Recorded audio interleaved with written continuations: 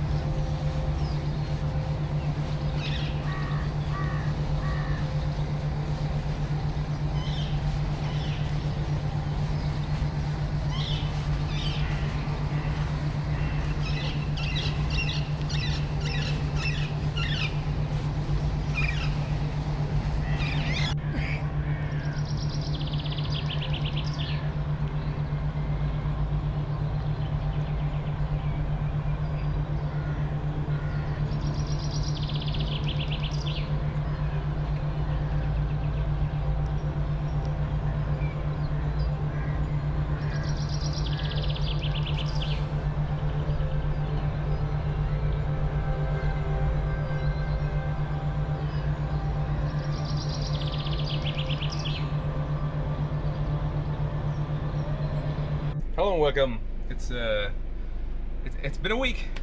Joe Cool is almost back, but it's really dark out, so I'm not wearing my sunglasses.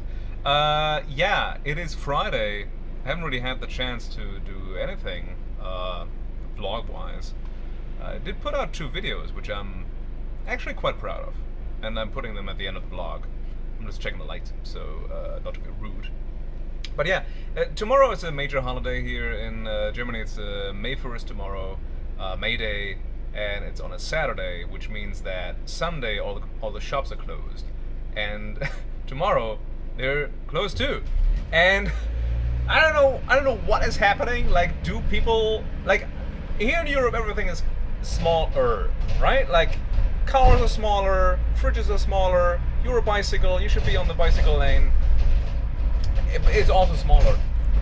And like, everything is smaller. I at home have a smaller fridge than I used to have in the US. Like, I would say it's literally a third of the size that I'm used to.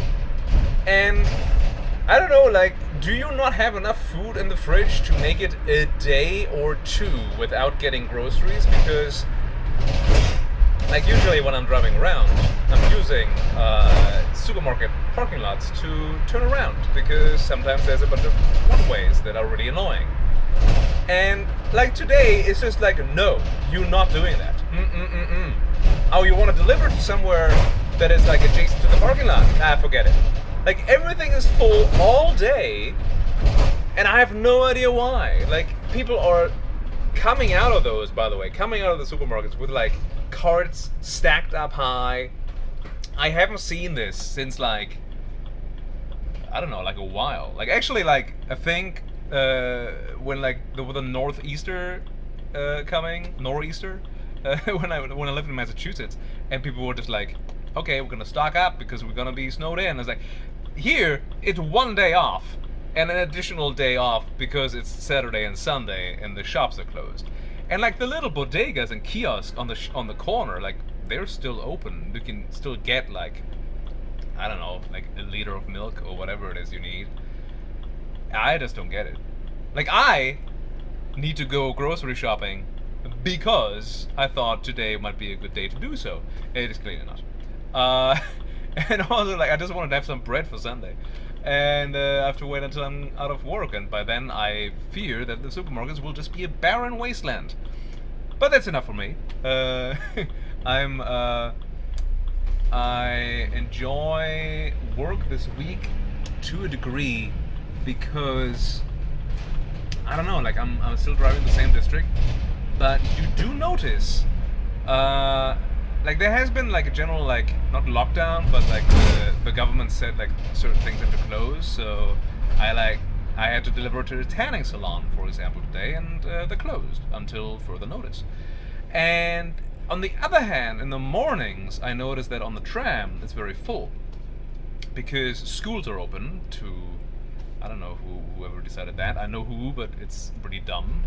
And so are some offices. Like, offices are opening up. Some are. And you do notice that people are like, oh, I'm usually in the home office, just leave it. They asked me to come in. And it's something that I talked about before. It's going to get loud a bit, I'm sorry. It's something that I talked about a bit before, and it's the after the panini time. When everybody has to go back to the office, I really hope that they don't. Like, not that my job would be affected by it immediately for me, but it will be affected because if everybody is back at work, then nobody's home to receive those packages. But they sure as hell will not stop ordering like they are now. So yeah, that was my thought for the Friday. I hope I can buy stuff in the grocery store, because that's something I have to hope for now. Other than that, I will. It is the 1st of May tomorrow, which is insane. Which means that April is already done, and we're like already in the 5th. It is like time is just like flying by.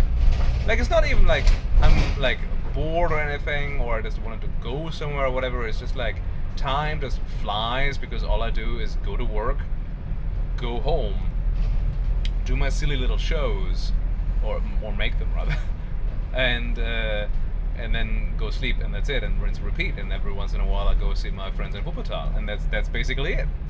Like, time just flies, and I don't even get to do anything with it. I don't know. So yeah, so this is my train of thought. I hope that my appointment next week will be good.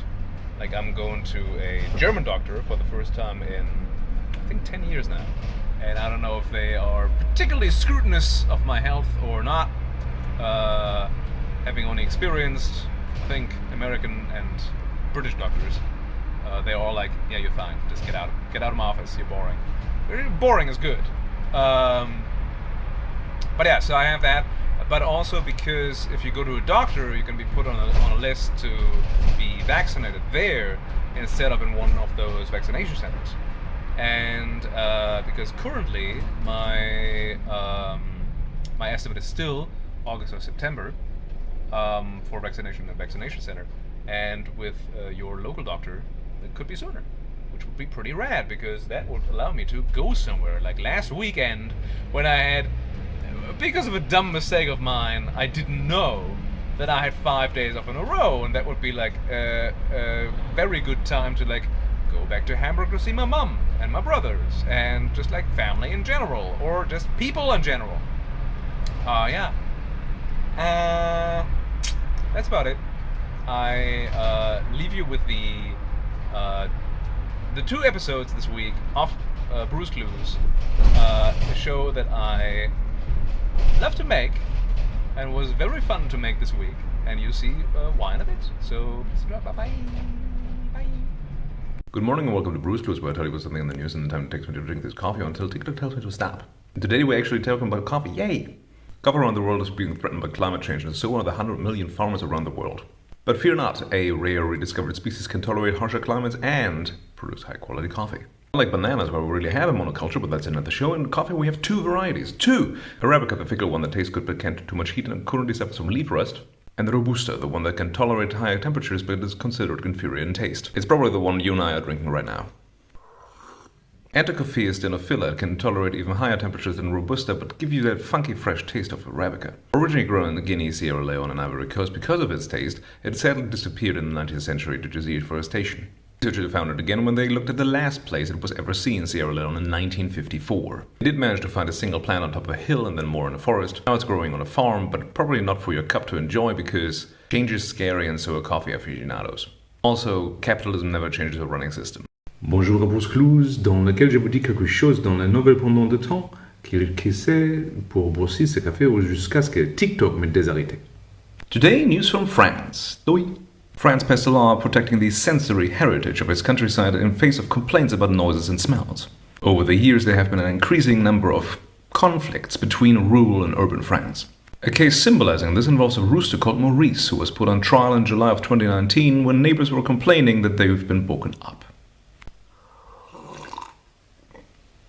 The court rejected the claim and made them pay €1,000 in damages. It didn't really help that they're the kind of city folk that only come visit a couple of times a year. Maurice has since died, but the Minister of Rural Affairs mentioned him in a tweet, celebrating the law as a posthumous victory for Maurice, who is now a symbol of rural life. I don't want to go into what kind of repercussions this law can have, but this kind of news is nice that it lasts 4 years.